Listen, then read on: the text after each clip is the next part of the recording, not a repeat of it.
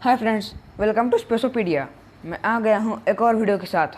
कल की वीडियो में हमने मून्स ऑफ जुपिटर की जानकारी ली थी और हमारे आज की वीडियो में हम उन्हीं में से एक मून ईओ या फिर आयो, आप इसमें से कुछ भी कह सकते हैं, इसकी जानकारी लेंगे।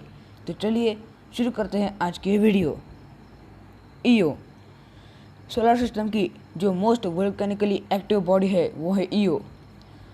ईओ कॉन्स्टेंटली मैटर फेंकते रहता है क्योंकि इसके इरप्शंस स्पेस तक पहुंच जाते हैं और इसका फेस पूरी तरह लावा से कवर्ड है, जो कि दूसरे मून से अलग है।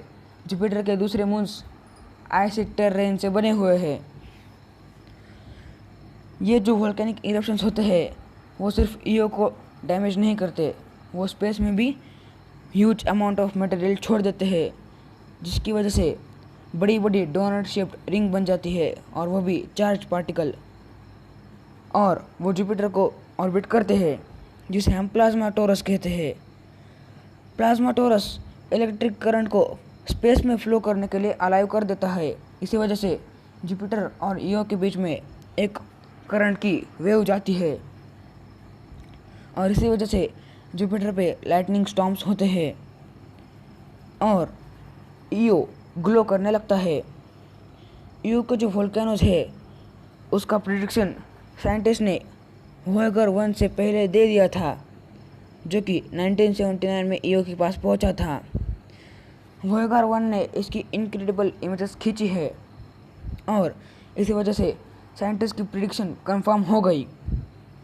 जो ईओ है वो बहुत फ्रिक्वेंटली लावा इरप्ट करते रहता है और खुद को ही इनसाइड आउट बदलते रहता है। इनसाइड ईओ दोस्तों, ईओ के सबसे अंदर है उसका कोर। ईओ का core shearing hot molten ion या फिर आयन सल्फाइड से बना हुआ है, जो कि 1500 किलोमीटर वाइड है। कोर के ऊपर आता है उसका लोअर मैंटल। ये लोअर मैंटल ईओ के कोर को पूरी तरह सराउंड कर देता है, जो कि पार्शियली मोल्टन रॉक से बना हुआ है और यह लगभग 1000 किलोमीटर थिक है। लोअर मैंटल के ऊपर आता है उसका मोल्टन अपर मैंटल, जो कि 50 किलोमीटर थिक है और मोल्टन रॉक से बना हुआ है, जो कि मून के क्रस्ट के अंदर भी है।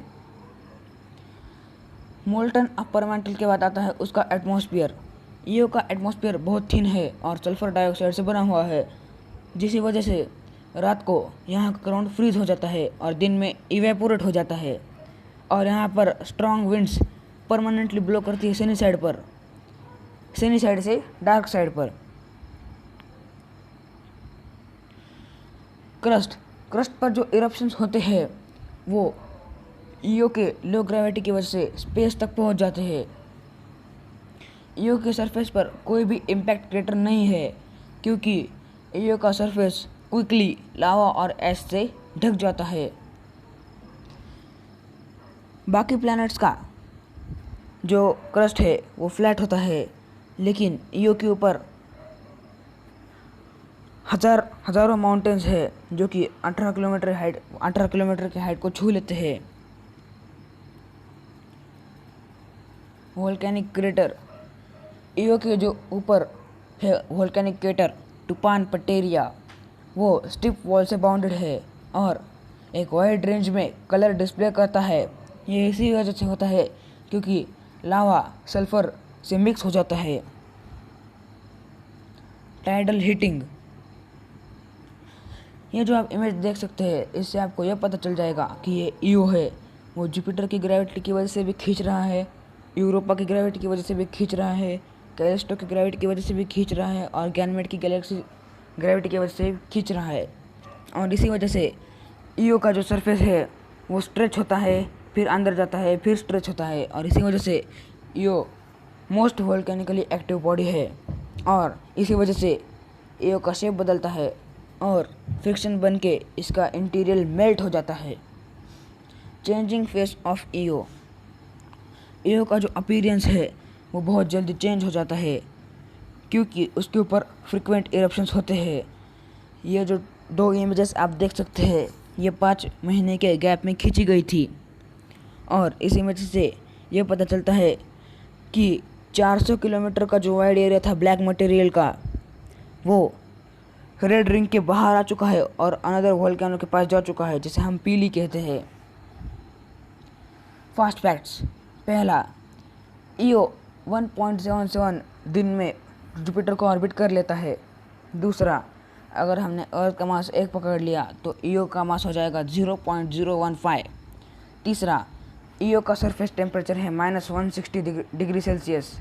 चौथा, ईओ का डायमीटर है लगभग 3645 किलोमीटर।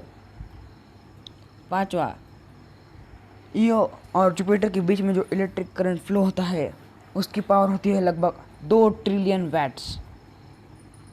छठा, ईओ साल 1610 में डिस्कवर हुआ था, वो भी इटालियन एस्ट्रोनॉमर गैलीलियो गैलीली की वजह से। सातवां, ग्राउंड पे जो टाइडल फोर्सेस बनती है ईओ के, उसकी वजह से उसका ग्राउंड राइज एंड फॉल होता है, और वो भी 100 किलोमीटर तक राइज एंड फॉल होता है, जो कि अर्थ के हाईएस्ट ओशन टाइड से 5 गुना ज़्यादा है।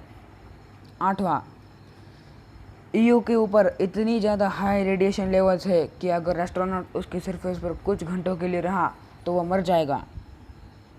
तो दोस्तों, आशा है कि आपको आज की ये वीडियो अच्छी लगी हो और आपको इसमें से कुछ नया सीखने को मिला होगा।